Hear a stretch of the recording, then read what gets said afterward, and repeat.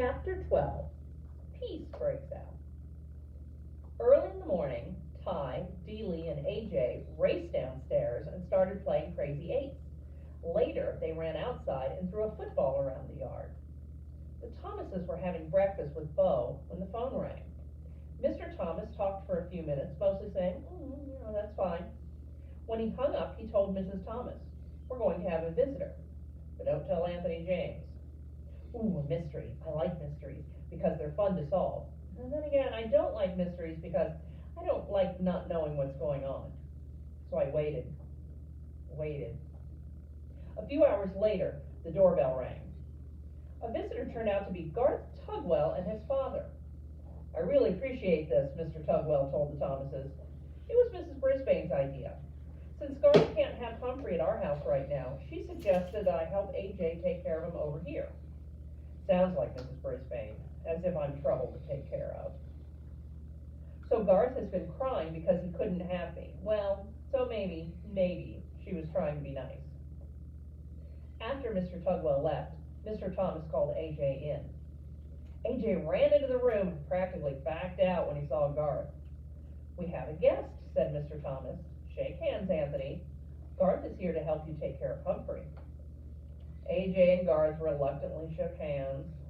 "How come?" asked AJ. Garth shrugged his shoulders. "Mrs. Brisbane said to." "Well, come on, we'll clean his cage and get it over with," said AJ. The boys didn't talk much while they cleaned the cage, but they started giggling when they cleaned up my potty corner. I don't know why that makes everybody giggle.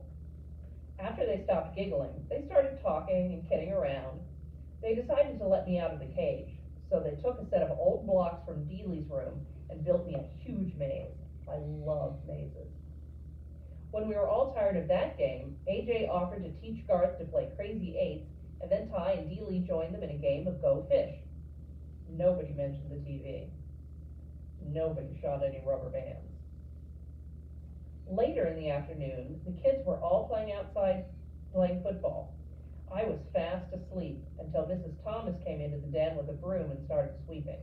A minute later, Mr. Thomas entered. "What are you doing, hon?" "What does it look like? I'm sweeping. You know, all the snacking we do in here makes a real mess on the floors." "Bo's asleep?" her husband said. "Mm-hmm." Mr. Thomas walked over to his wife and took the broom away from her. "You go sit down and rest a spell, hon. I'll sweep. Don't argue." Mrs. Thomas smiled and thanked him and sat down on the couch. Mr. Thomas swept all around the outside of the room, even behind the TV. Uh-oh. When he got there, he stopped sweeping and he leaned down. "Well, I'll be," he muttered. "What's wrong?" said Mrs. Thomas. "The TV is unplugged. It's unplugged." He came out from behind the TV, plug in hand, a very puzzled look on his face. "But it couldn't have come unplugged while we were sitting and watching. I mean, a plug just doesn't fall out."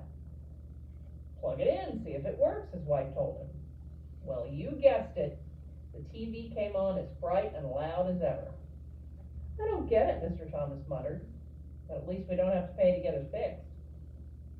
Mrs. Thomas stared at the screen for a few seconds and then glanced out the window at the kids playing happily outside. "Charlie, what do you say we keep it unplugged for a couple more days?" she asked. "We just won't tell the kids." Mr. Thomas grinned. Then he bent down and unplugged the TV. "Couldn't hurt," he said. He put down the broom and sat on the couch near his wife, with the two of them just sat there in the den, giggling, well, like Stop Giggling Gale. Suddenly, Mr. Thomas looked over at me. "You don't mind a little peace and quiet, do you, Humphrey?" "No, no, no," I squeaked, and I promptly fell asleep. Things were a lot better when AJ, Garth, and I returned to room 26.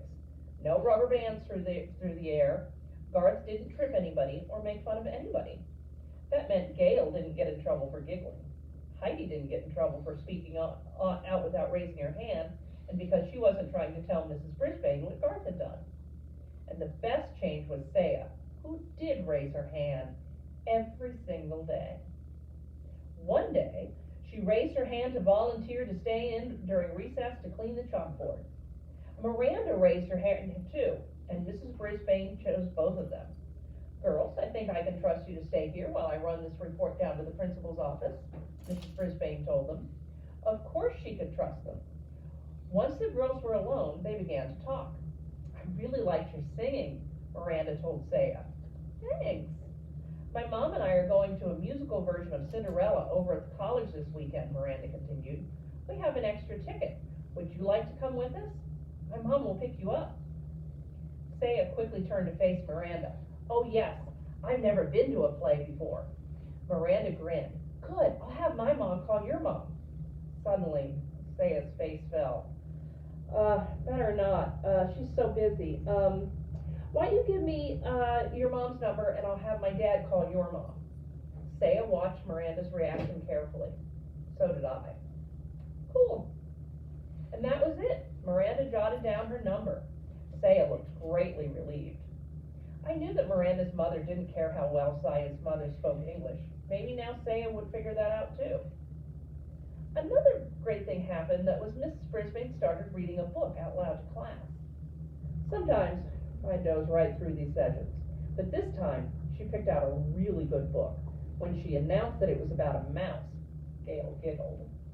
What did she say? Art whispered to Richie. Pay attention, Art, Mrs. Brisbane said. It's about a mouse. Several of the boys groaned. Baby stuff, one of them muttered. We'll see, Mrs. Brisbane told them. She started to read, and oh, what a tale it was. All about mice no bigger than I am, who were great warriors. I was longing to put on some armor by myself and I was longing to put on some armor myself by the time she stopped reading. Continued tomorrow, she said, as she stuck a bookmark in place and closed the book. Tomorrow? That woman truly has a mean streak. She's proved it again and again.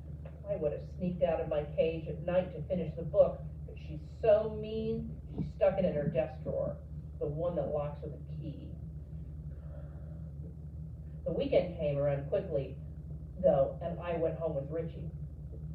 I'm still not quite sure how many people actually live at the Rinaldi's house, because there's always so many people coming and going. Aunts, uncles, cousins, grandparents, neighbors. One meal seemed to flow right into the next, and Richie's mom was very generous with treats. I'll tell you one thing, you'll never be lonely or hungry at the Rinaldi's house. On Sunday afternoon, guess who showed up? Remember Richie's uncle? That's right, Aldo Amato. This time, my buddy Aldo was not lonely because he brought along his girlfriend, Maria, to meet the family. She was a very nice lady who wore her long hair piled up high on her head. She was dressed in bright red from head to toe. Red earrings, red sweater, red skirt, and red shoes. I think red is a very happy color.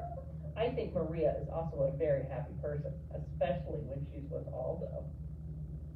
All the Rinaldis made a big fuss over Maria and praised the bread and cookies she brought from the bakery where she worked. After all the commotion of their arrival died down, I heard Aldo tell Maria, now there's someone important I want you to meet. And he introduced me. Believe it or not, Humphrey is one of my best friends, he told her. And he was the very first friend I told you about. Then I'm honored to meet you, Humphrey, Maria said, smiling down at me. The pleasure is all mine, I squeaked. See, he likes you, said Aldo. Indeed I did. The world seemed like a pretty nice place for a handsome young hamster like me, I can tell you. I was sitting on top of the world when I returned to room 26 on Monday, but I just about toppled off Mrs. Brisbane made an alarming announcement. Class, as you know, we will have a short week because of Thanksgiving. And that means Humphrey will need a home for 4 days instead of 2. Now, who wants to volunteer? You won't believe what I'm going to say, but not one hand went up. I actually fell off my wheel. Mrs. Brisbane was surprised too. No one, she asked. Heidi, don't you want to take Humphrey home? Oh yes, but we're going to my grandma's house for Thanksgiving, she explained. Art, didn't you ask for Humphrey last week, Mrs. Brisbane said. Yeah, but we're having relatives all week for Thanksgiving, and my mom says it wouldn't be a good time, he explained. And so it went. Every single classmate had big plans for Thanksgiving. Plans that didn't include having an extra hamster around. I was worried. I didn't want to spend 4 days alone in room 26. I worried all day Monday. I worried all day Tuesday. I worried even more on Wednesday. At the end of the day, Principal Morales stopped by to give Mrs. Brisbane an envelope. I think it was her paycheck, because she was especially glad to see him. I have a huge favor to ask, she said. Sure, what is it? Asked Principal Morales. He wore a tie with little turkeys all over it. Could you possibly take Humphrey for the weekend?